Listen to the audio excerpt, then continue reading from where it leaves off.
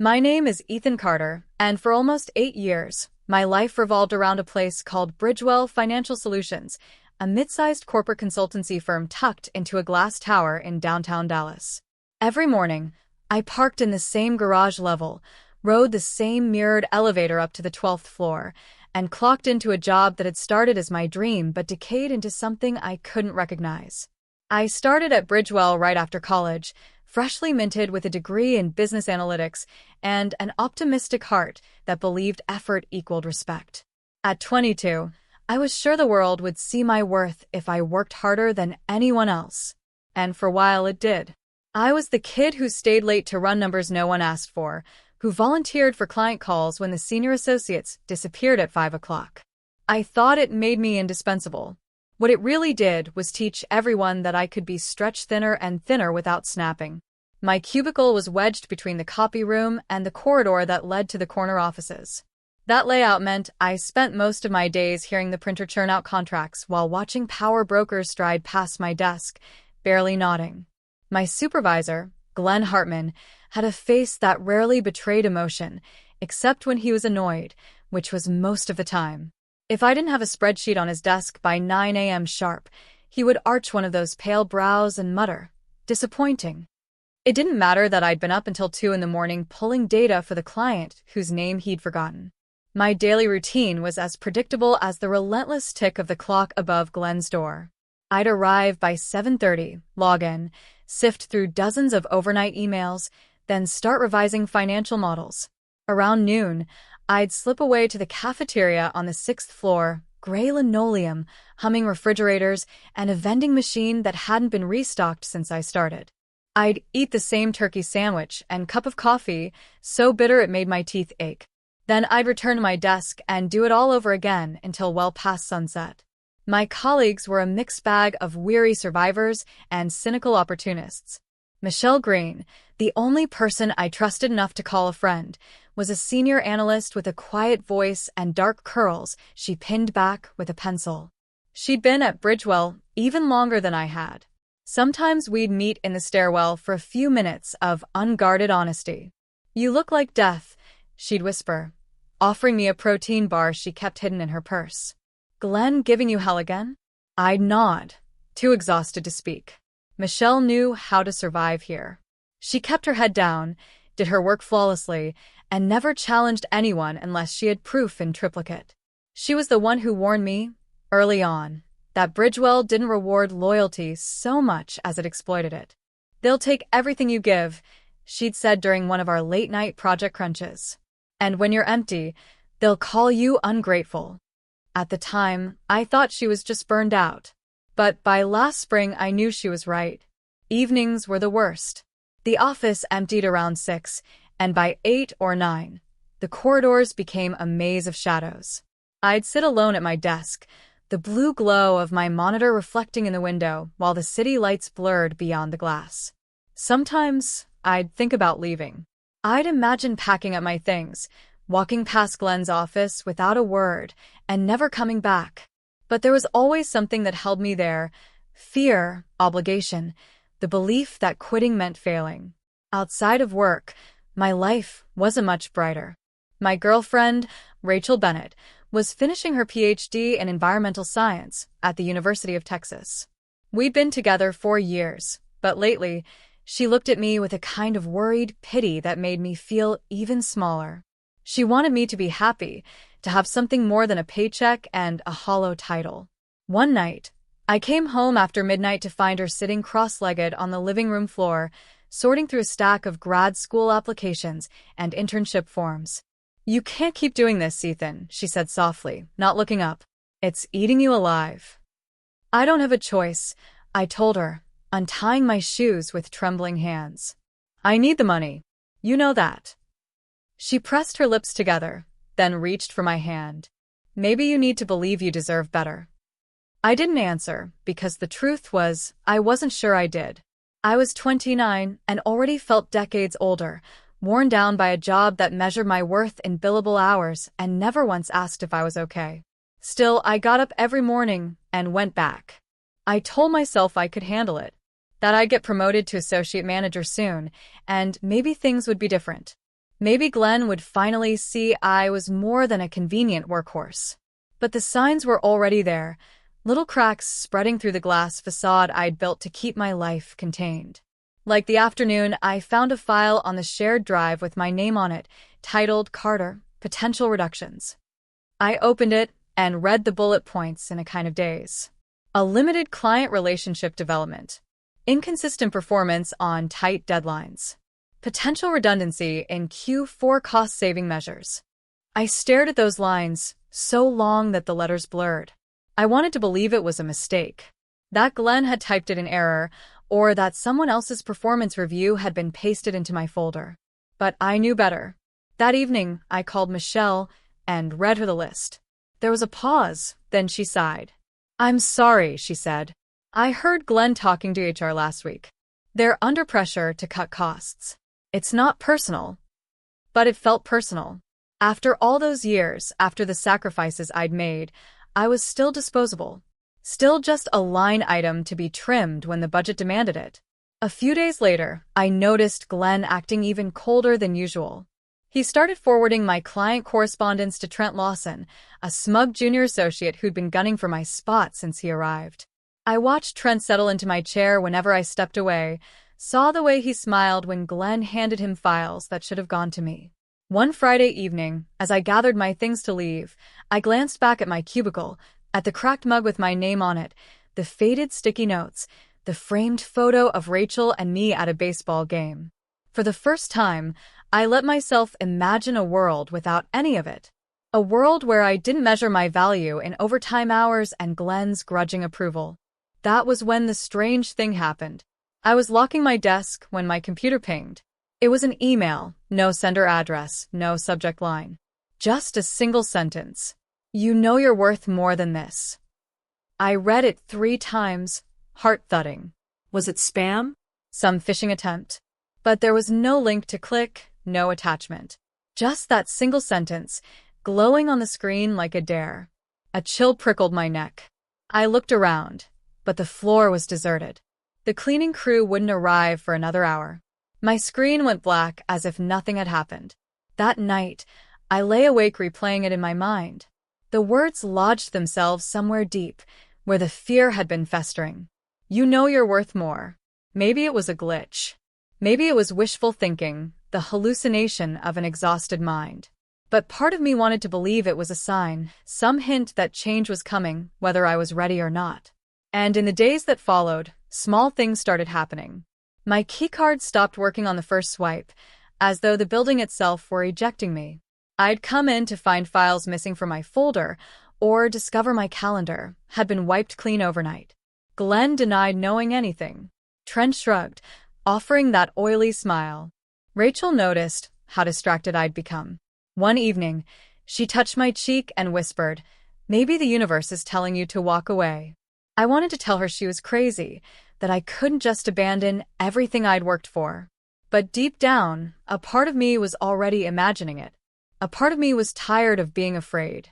In the end, it was that anonymous message that I couldn't forget. Those 7 words looping in my mind every time Glenn glared at me, every time my stomach clenched when I swiped my badge. You know you're worth more than this. I didn't know then that my world was about to be blown apart. That before long, I'd do something so reckless it would leave a crater in the middle of Bridgewell Financial, and in my own life. But in that last quiet week before everything unraveled, I still clung to the belief that I could keep my head down and survive. I was wrong. I couldn't get that day out of my head, the way Richard Whitman, my boss of 6 years, had looked at me with that smug, condescending smirk. Even after I stormed out of his glass-walled office, the sound of his laughter followed me down the corridor. It echoed in my mind like a curse I couldn't shake off. For a few days, I told myself I'd made a mistake, that I'd overreacted. But every time I replayed our final conversation, I realized it was inevitable. I hadn't planned to quit that morning. Honestly, I hadn't planned much of anything for months, except survival. But something had snapped inside me when Richard had leaned back in his leather chair, steepled his fingers, and told me I'd never be more than a mid-level drone. Those words were still rattling around in my chest as I sat at my kitchen table, staring blankly at the coffee I couldn't bring myself to drink. The apartment was too quiet. My phone buzzed occasionally, texts from my mother in Iowa asking if I was okay, calls from coworkers I didn't trust enough to answer. It was on the fourth day after I quit that the first sign something unusual was happening arrived. An email popped into my inbox just after dawn. Subject: Remember who helped you. Sender: unknown. There was no text in the body, only a PDF attachment titled Hollow Point. I hesitated before opening it. Part of me thought it was malware or a cruel prank. But curiosity outweighed my caution, and when I clicked, the document loaded instantly. It was a scanned ledger, lines of numbers and initials, like some ancient accounting record. At the top of the page was the name of the company I'd just left, Trailer Dynamics Incorporated. My stomach tightened. I scrolled through, trying to make sense of it. The amounts were enormous. Transfers to accounts in the Cayman Islands, shell company names I didn't recognize. At the bottom of the last page, in bold block letters, were the words, "He's been stealing from you all." I closed my laptop and sat very still. My pulse thundered in my throat. Richard. Of course. Over the years, there had been rumors, stories about how Richard and a handful of executives had funneled bonuses into their own pockets while employees went without raises. But no one could ever prove it. HR always denied the allegations, and anyone who pushed too hard found themselves on performance review. I thought back to the way Richard had taunted me, how confident he'd sounded when he told me I'd never amount to anything. Maybe he'd been so smug because he knew he was untouchable. But if this ledger was real, maybe he wasn't as invincible as he believed. I decided I had to know more. I pulled out my phone and dialed the only person I still trusted at Trailer Dynamics, Olivia Brooks. She was a project manager in a neighboring division, sharp as a blade, and too honest for her own good. When I'd been drowning in paperwork, she'd always stepped in quietly to help. It took her a few rings to answer. Jason. Her voice sounded wary. You okay? I need to talk to you, I said. But not on this line. There was a pause, then a sigh. I can meet you in an hour. We agreed on a diner across town. As I drove, I kept replaying the email in my head. Who would send me something like that? And why now, for days after I'd quit in the ugliest way imaginable? Olivia was already in a booth when I arrived. She wore a navy blazer over a plain white blouse, her blonde hair pulled back in a severe ponytail. She looked tired, but when she saw me, she managed a thin smile. I was wondering if I'd hear from you, she said, her green eyes searching my face. I slid into the booth opposite her and lowered my voice. I got this. I passed her my phone. She read silently, her expression tightening with each line. Jesus, she whispered. Where did you get this? Anonymous email. This, she swallowed. If this is real, it's not just Richard. Look, these initials, RB, CL, these are department heads. This is everyone at the top. I rubbed my temples. I thought I was done with this place. Olivia looked up at me, her gaze steady. Jason, you could take this to the feds. Or the SEC. This could bring down the whole company. Her words sank into me like a stone. I hadn't expected that. Part of me wanted to walk away, to forget any of this had ever touched my life. But another part of me, the part Richard had belittled and underestimated, felt something dark and electric sparking to life. If we do this, I said carefully, we're going to need more evidence. Olivia nodded. I can get you access to the secure drive if you still have your credentials. They revoked my access. I have a workaround, she said, voice low. But if they trace this to me... I shook my head. I won't let that happen. She reached across the table and put her hand over mine. I'm in. I realized then that we'd crossed a line. There would be no going back. That night, Olivia sent me an encrypted link to the secure server. I borrowed my neighbor's laptop and started downloading everything: emails, financial statements, payroll reports. The deeper I dug, the more it all reeked. The next morning, I got a second email. Subject: You're doing the right thing. Sender: unknown. No attachment this time. Only a sentence. Keep going. I didn't know who was watching me, but it was clear someone was invested in seeing trailer dynamics fall. Over the next week, Olivia and I communicated in short, coded messages. We met in parking lots and empty parks, passing thumb drives and printouts like we were characters in a spy novel. I started to feel like I was living someone else's life. The tension was suffocating. Every time I heard a car door slam or footsteps outside my apartment, my heart seized. But I couldn't stop. One night, around midnight, Olivia called me in a panic. "They know," she gasped. "They know someone's accessing the archive. Are you safe?" I don't know. My badge won't work. I think they locked me out. Stay put. I'm coming to get you." As I drove across the city, adrenaline fizzed through my veins. When I pulled up to Olivia's building, she was waiting outside, a canvas bag slung over her shoulder. Her face was pale, her eyes wide. "They're going to come after me, Jason," she said, voice shaking. "Not if we finish this first." As I pulled away from the curb, I looked in the rearview mirror and saw a dark sedan idling under the street lamp. Its headlights flicked on, illuminating the road behind us. I knew then that we were in this all the way. I didn't sleep much that weekend. Even when I closed my eyes, I kept replaying the looks on everyone's faces after I slammed my resignation letter on Marcus's desk. Some of them looked terrified, some curious, and others a little bit thrilled. I'd done what half the floor had probably fantasized about doing, but never dared. It wasn't just the spectacle of quitting in front of everyone. It was the finality in my voice, the way I announced that I'd never let any of them treat me like I was disposable again. As dawn crept through the blinds in my bedroom, I thought about how easily I could have just walked away quietly, like a normal person. But the more I thought about the past year, every slight, every humiliation, the more I knew I would have regretted doing it any other way. I sat at the kitchen table with a mug of coffee I couldn't bring myself to drink. My phone kept lighting up with texts. Some were from old colleagues, people like Danica and Terrence, who said they respected me for standing up for myself. Others were more cautious, telling me I should delete my social media before Marcus tried to spin a narrative about me being unstable. It was the first time I realized how much of my reputation was suddenly at stake. The temptation to hide was strong. But I knew the damage was done, and there was no walking it back. I had to decide what to do with all the anger and adrenaline still coursing through me. For the first time, I wasn't afraid of burning bridges.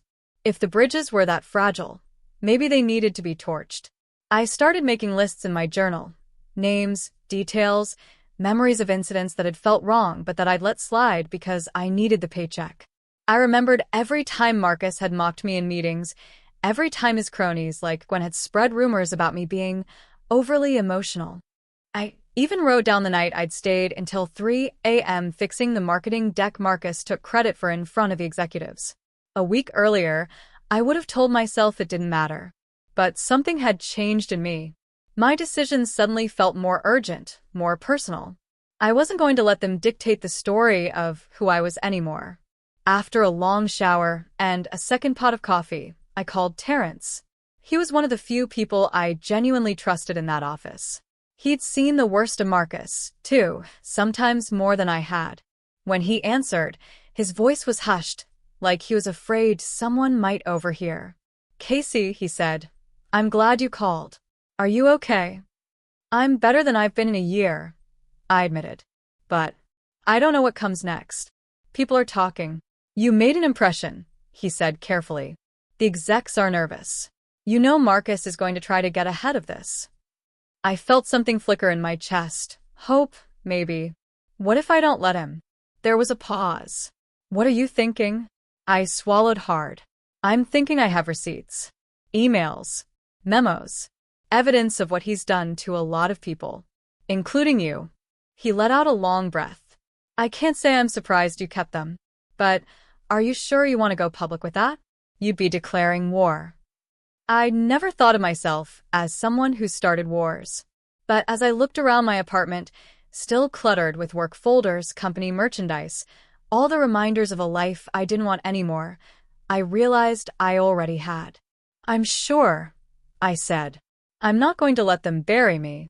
Terrence was quiet for a long moment. Then you'll have my support. Just be careful. Marcus has friends in HR. They'll try to spin it. Let them try, I said, surprised at how steady my voice sounded. That night, I began collecting everything. Screenshots. Printed copies of reports Marcus had falsified. Messages from employees describing how they'd been bullied. I worked until my eyes ached. Every piece of evidence was a small reclaiming of the power I'd given away. I didn't know exactly how I would use it yet, but I knew I wasn't going to let them pretend none of it had happened. 2 days later, I called Danica to meet me at a diner on the east side of town. She was one of the first people I'd befriended when I started at Wellburn Dynamics, and though she was quieter than me, I'd always suspected she'd seen more than she let on. When she walked in, she looked around nervously before slipping into the booth across from me. "Casey, you look different," she said. Calmer. "I feel different." I slid a manila folder across the table. "This is everything I've got so far." She hesitated before taking it. "You're really doing this?" "I have to," I said. "I can't move on unless I finish this." Her eyes flicked through the pages, screenshots of Marcus belittling employees, records of financial misreporting. For a moment, she looked almost relieved. I thought I was crazy for thinking it was this bad. "You weren't," I said gently. "They just made you feel like you were."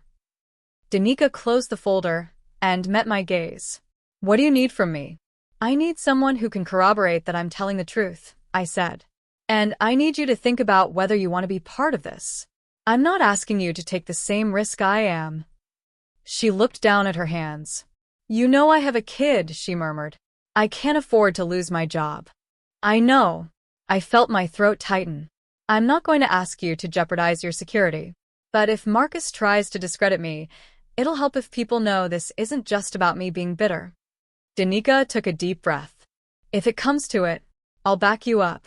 Quietly, I squeezed her hand. That's all I needed. When I got home, I sat on my couch, feeling the weight of what I was about to do. It wasn't revenge for revenge's sake.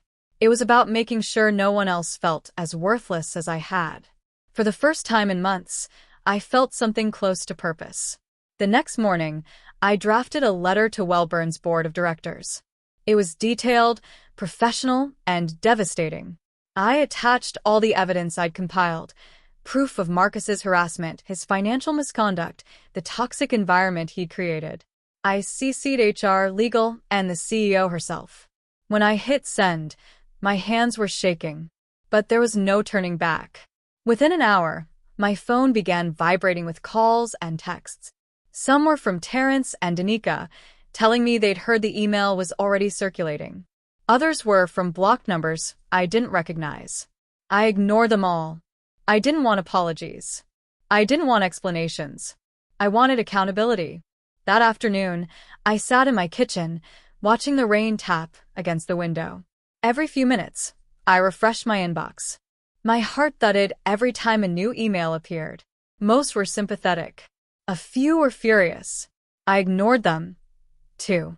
It was late evening when the email from Marcus arrived. The subject line was simply, "Congratulations." I almost didn't open it, but curiosity won out. I clicked. The message was short. "Casey, I hope you're satisfied. You've ruined everything. I underestimated how far you'd go. Enjoy whatever comes next. M." I read it 3 times, feeling a mix of triumph and pity. He'd spent years thinking he was untouchable. It turned out he was only as powerful as the silence of the people he stepped on. I closed the laptop and leaned back in my chair. My plan wasn't finished, but it was in motion. Over the next week, the fallout was faster and more dramatic than I'd anticipated. A journalist who covered corporate misconduct somehow got hold of my email, probably through someone in legal, and reached out. When I agreed to speak on record, I knew it would be the final escalation. The article came out on a Thursday morning. By noon, it was trending. My name was in headlines along with words like toxic, harassment, and whistleblower. I tried not to read the comments. Some called me a hero. Others called me a liar. None of them knew me. Terrence texted to say Marcus had been put on administrative leave pending an internal investigation. Danica said HR was holding emergency listening sessions, whatever that meant. I couldn't help laughing. For years, they'd ignored every complaint. Now they were scrambling. But along with the satisfaction came fear. What if no one hired me again? What if I'd made myself radioactive in my industry? Some nights, I lay awake wondering if I'd done the right thing. Then I remembered the way Marcus had smiled that day in his office, the smug certainty that I was powerless. And I knew I'd do it all again. It was in the middle of this chaos that I started thinking about what I actually wanted. I didn't want to spend the rest of my life fighting old battles. I wanted to build something better. So I began drafting a business plan, a small consulting firm focused on helping companies create genuinely healthy work cultures. It sounded idealistic. Maybe it was. But after everything I'd been through, I believed it was possible. I called it Phoenix Consulting. Rising from the ashes, reborn. Cliché, maybe, but it felt right. When I told Terrence, he was quiet for a long time. Then he said, "I'd work for you in a heartbeat." "Give it time," I laughed. "Let's see if I can get it off the ground first." But his words stayed with me. They reminded me that even in the worst situations, there were people worth trusting, people who believed in me. On the last day of that month, I stood in front of my apartment window, watching the sun set behind the skyline. My phone buzzed with a news alert. Wellborn Dynamics was under federal investigation for financial fraud. Their stock had cratered. Marcus's name was all over the reports. I closed my eyes and let the moment wash over me. I wasn't gloating, though maybe part of me wanted to. Mostly, I just felt free. I had made decisions that terrified me. I'd taken risks I never thought I had the nerve for. I'd lost things: stability, anonymity, the illusion that being quiet was safer. But I'd gained something more important. I'd reclaimed my voice. And for the first time in a long time, I couldn't wait to see what came next. The rain that morning felt almost scripted, like the universe itself had been waiting for this day. I sat in my car across the street from the glass tower that used to swallow every ounce of my time and spirit.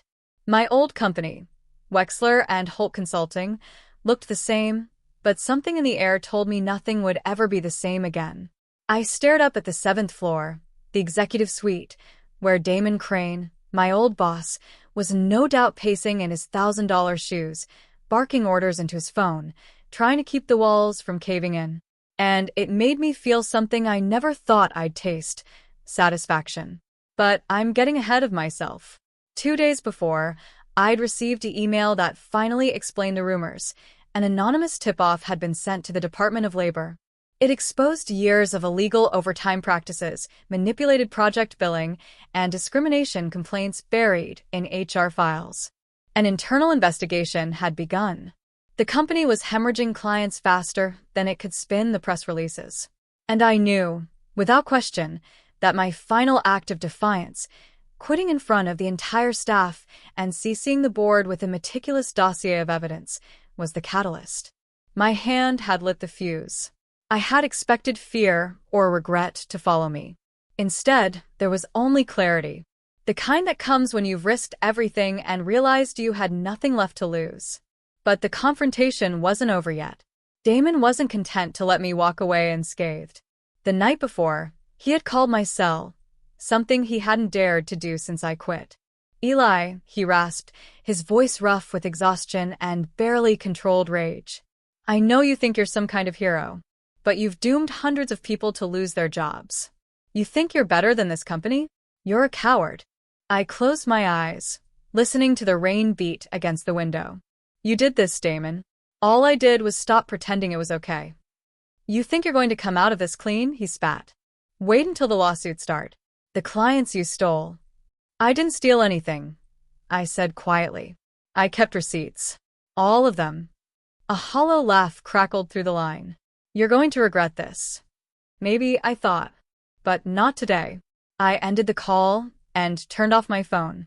And so here I was, watching the building from across the street, waiting for the final shoe to drop. A flicker of movement caught my eye. Through the tinted glass, I could see Heather Novak, my former coworker and the only person who had ever treated me like more than a disposable asset. She had tears streaking her cheeks as she packed the contents of her desk into a cardboard box. She glanced toward the window, and for an instant, our eyes met. Two soldiers from the same war, caught on opposite sides of the battle line. I pressed my palm against the windshield in a silent apology, though I doubted she could see me. Then I spotted Damon again. He strode into the conference room, a phone pressed to his ear, flanked by two men in dark suits, investigators or perhaps lawyers. He looked older than I remembered, his face drawn tight, jaw clenched against the inevitable. That was the moment I realized he had lost. Not just the company, but the illusion of power that had always propped him up. Without it, he was just a scared man. The twist came at noon. I'd assumed my evidence had triggered the investigation. What I didn't know was that several other employees had been documenting similar abuses for years, waiting for someone brave or reckless, enough to take the first shot. My resignation, and the evidence dump that followed, had opened the floodgates. I found out when a black sedan pulled up to the curb and a journalist from the New York Times stepped out, clutching a file thick enough to fill an archive box. She was followed by two camera crews. The story was already public. My phone, which I'd turned back on to check the time, was exploding with notifications. Messages from old clients. Requests for interviews. Notes from colleagues I hadn't spoken to in months. But the most surreal moment was when my old mentor, a senior partner named Robert Kendall, emerged into the lobby holding a hastily printed press release. He stepped up to the microphones, face pale, voice trembling. Effective immediately, Wexler and Holt Consulting will cease operations pending further investigation. We regret the impact this will have on our clients and employees. I felt my breath catch in my throat. It was real. The company was over. For a split second, guilt pierced my relief. I thought about the receptionists, the analysts, the junior consultants who would wake up tomorrow without jobs. My mind replayed all the late nights when we'd huddled in the break room, swapping stories about impossible deadlines and screaming bosses. I hadn't done this to punish them, but I couldn't let that regret swallow me whole. The truth was, none of us had been safe there. It just took me longer to see it. Suddenly, Heather was standing at the curb, clutching her box of belongings, scanning the street as if she sensed I was near. I rolled down the window, my pulse thundering. "Heather," I called. She turned, her expression a kaleidoscope of disbelief and fury and something softer, maybe understanding. "You did this," she said when she reached my car.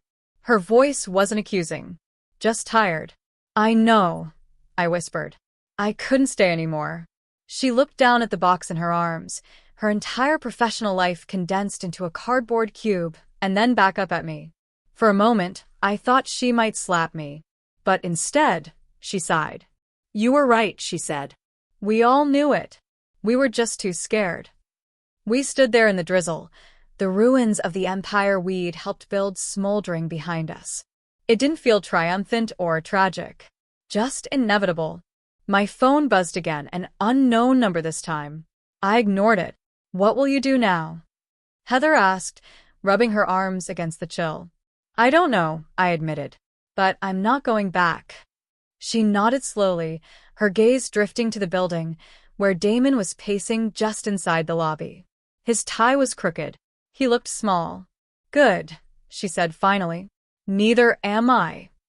For the first time in years, I felt something like peace. I had faced the man who'd tried to break me.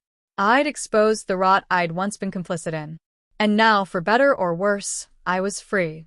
We stood there in the cold, watching the tower empty out one person at a time, some crying, some defiant, some numb. The storm had come, and no one was untouched.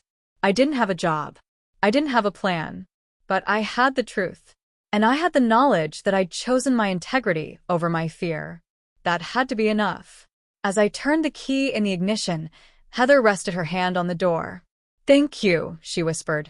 I nodded. There was nothing else to say.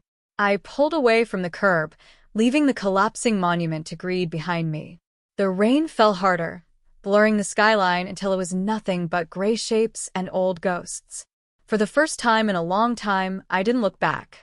I never imagined that quitting my job in such a spectacular, irreversible way would lead to this moment of clarity.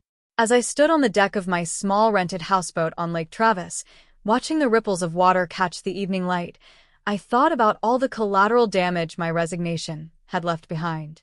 The headlines still trickled in from time to time. Crestwood Analytics declares bankruptcy amidst whistleblower scandal. My name was attached to every article, every podcast, every viral LinkedIn post. For weeks, my phone buzzed with messages from reporters and strangers. Some praised me as a hero who exposed corruption. Others called me reckless and selfish. But in this moment, with the breeze cool against my skin and the sun dipping below the line of trees, I felt something close to peace. My sister, Megan, had come to stay with me for a few days. She'd seen me through everything, through the panic of that first week when the company threatened to sue, through the nausea of watching my bank account shrink, through the hollowed-out days when I wasn't sure what the rest of my life would look like. She brought 2 cups of iced coffee out onto the deck and handed me one without a word. I took it gratefully. "I'm sorry you got pulled into this," I said quietly. Megan shrugged. "I'm proud of you. You did what no one else would have dared." She looked out over the lake.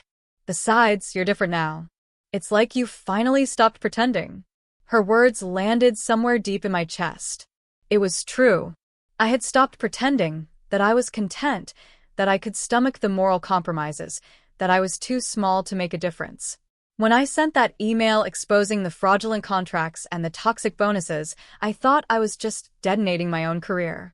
I didn't realize I was setting off a chain reaction that would obliterate the whole company. I thought about all the faces in that office. Peter, my old manager, whose temper had driven so many good people away. Kendra, who had quietly cheered me on when I slipped her copies of the forged invoices. Dominic, who had sent me a single text after the news broke. "You were right all along." I had imagined, in my darkest moments, that I would regret everything. But the regret never came. In its place, there was a sober acknowledgement. My actions had consequences. Some people had lost their jobs. Others had lost investments. But some had been liberated from a place that had crushed them for years. Megan sipped her coffee. "So, what's next for you?" The question made my chest tighten. For so long, my identity had been wrapped up in that job. Even when I hated it, I relied on its structure to tell me who I was. Now, I was no one's employee. I wasn't a manager or a project lead or a corporate foot soldier. I took a deep breath. "I don't know," I admitted. "But for the first time, I don't feel like I need to know." A heron glided low over the lake, wings outstretched. The air smelled like cedar and fresh water. I closed my eyes and let it all in. The loss, the relief, the quiet triumph that I hadn't backed down. The days after the collapse had been chaotic. Lawyers called me almost daily. There were meetings with regulators and phone interviews with journalists. I'd worried, at first, that I would lose everything. But my savings held out longer than I expected, and eventually the lawsuits dwindled to threats. When the Department of Labor announced they would pursue charges against the Crestwood executives, I knew I had done the right thing. Not cleanly, not neatly, but necessarily. Over the weeks that followed, I began to rebuild something resembling a life. I found freelance consulting work, the kind of project-based gigs I could do remotely. It paid less, but it left me with time to walk along the lake, time to read novels again, time to figure out who I wanted to be. One evening, I went through the old cardboard box where I'd kept my employee badges, award plaques, and performance reviews. Each artifact felt like a relic from a life I'd outgrown. I held the glass award I'd gotten for outstanding client impact, turning it over in my hands. Once, this had felt like validation. Now it felt hollow. I set it in the donation pile. When I was done, I carried the box down to the recycling bin. It felt good, symbolic, to leave it all behind. A week later, Kendra called me. Her voice was nervous but warm. "Hey," she said, "I know it's been everything. But I just wanted you to know I got a job at a nonprofit. They said they were impressed I stood by you. I don't think I ever thanked you properly." My throat tightened. You don't have to thank me. I do, she insisted. I should have spoken up myself. You inspired me. There was a pause. I hope you're okay. I am, I said honestly. I really am. We hung up, and I sat there in my small kitchen, listening to the cicadas buzzing in the twilight. It struck me how much had fallen away, and how much lighter I felt because of it. One morning, I woke up before sunrise. I pulled on my running shoes and went down to the lake's edge. The water was still, perfectly reflecting the dawn sky. In that quiet hour, I realized that I had no desire to go back, not to the company, not to the person I'd been there. My life had burned down, and I was still standing. Maybe that was the greatest victory of all. Megan found me out there, arms wrapped around my knees, staring out at the water. She didn't say anything, just sat beside me. We watched the sun climb over the horizon together, and I felt a rare, unguarded contentment. I'd quit my job in the worst way possible. My old company had collapsed in my wake. But in destroying everything I thought defined me, I'd finally discovered who I really was. And no corporate empire, no title, no salary could ever take that away.